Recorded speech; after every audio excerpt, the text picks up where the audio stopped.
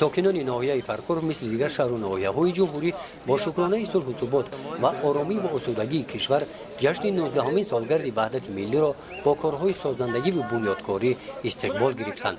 در دایره چهاربینی‌ها بخشیده به روز وحدت ملی روز 25 ایون در مرکز ناحیه 20 دفعه فروش محصولات‌های کشاورزی دایر گردید.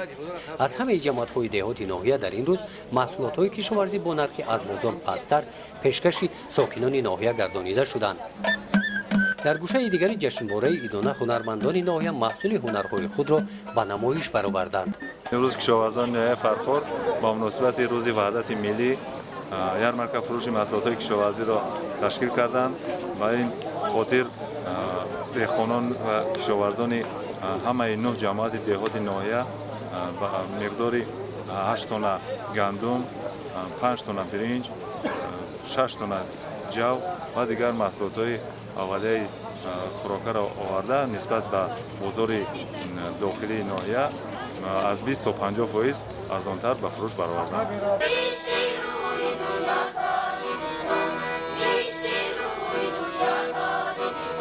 واقعه دیگری فرابش در ناحیه فرخور با مناسبت 19 سالگرد وحدت ملی و 25 سالگرد استقلالیت دولتی جمهوری تاجیکستان این با استفاده دادن بنای نو اجنسی سقوطی اجتماعی و نفقه نزد حکومت جمهوری تاجیکستان در این ناحیه می باشد.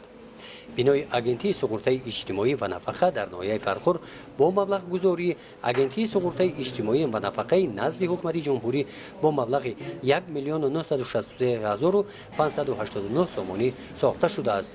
بنای مذکور از 2 آشیانه عبارت بوده برای کارمندان شرایط‌های خوبی کاری تامین کرده شده است. اشکالی که حاضر ما می‌بینیم در بنای نوی حاضر از زمانی ریاست اجنسی سقوطی اجتماعی و نفقه ناحیه قرار داریم که بنا در سطح بلند ساخته شده و با تمام تجهیزات حاضر از زمان ساخته شده است که از طرف ساختمانچی جمعیت سهامی سمر SN ساخته شده است که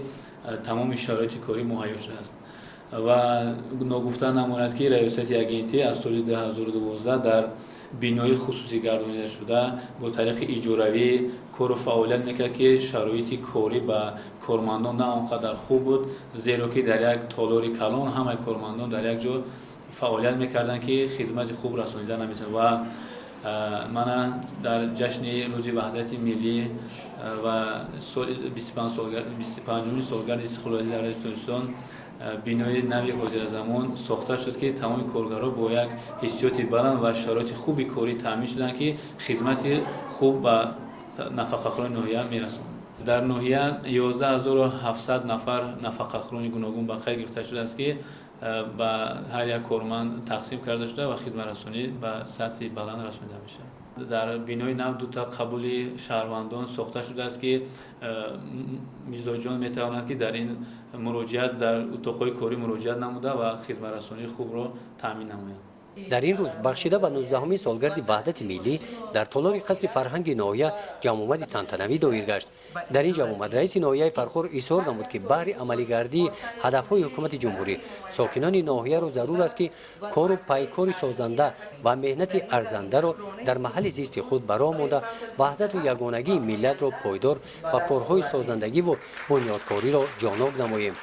در این روز فراموش ناپذیر برای اشتراک فعالانه در حیات فرهنگی ناحیه و غالب فستیوال آزمون جمهوریوی ترنم استقلال و افتخار 25 سالگی استقلالیت دولتی جمهوری تاجیکستان به دلانگیز لطیفه و افتخارنامه وزارت فرهنگ جمهوری تاجیکستان تقدیم کرده شد.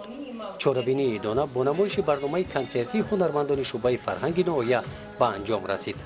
گزارش خواجه نظریف خدای نظر ظهور از ناحیه فرخور برای برنامه اطلاعاتی نوید.